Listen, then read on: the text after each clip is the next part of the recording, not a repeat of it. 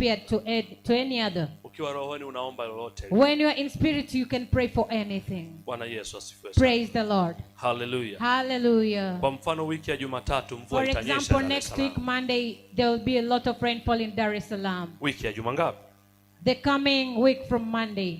Nilikuwa nauliza majira kama haya mvua inakuwa ishanyesha. Kwa nini mvua haipo na I maji was asking yameshapungua? myself, usually at such times it's already rainfall has already rained, but this Nilikuwa time kwenye it's a bit maombi late. ya kuombea maji manake Dar es Salaam So shida I ya was maji. Kweli in si kweli? prayers praying for water because currently in Dar es Salaam we are facing water challenges. Watu hawaogi siku 3. People are not showering for 3 days. Kwa hiyo nilipoingia hata ile adha ya maji na mimi pia imenikumba. So when I enter into prayers, I also was faced with the water challenges. Nikaangalia sababu.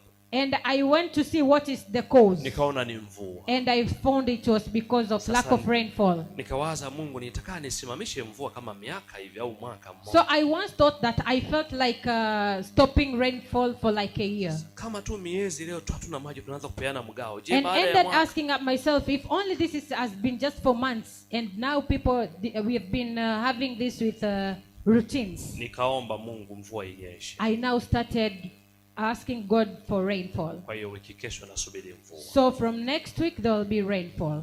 Bwana Yesu asifiwe sana. Praise the Lord. Inyeshe popote kule lakini maji yakaongezeke kule wapi? Wherever that it's gonna be, it will rain, but still we need a lot of water at the river, the main river. Bwana Yesu asifiwe sana. Praise the Lord.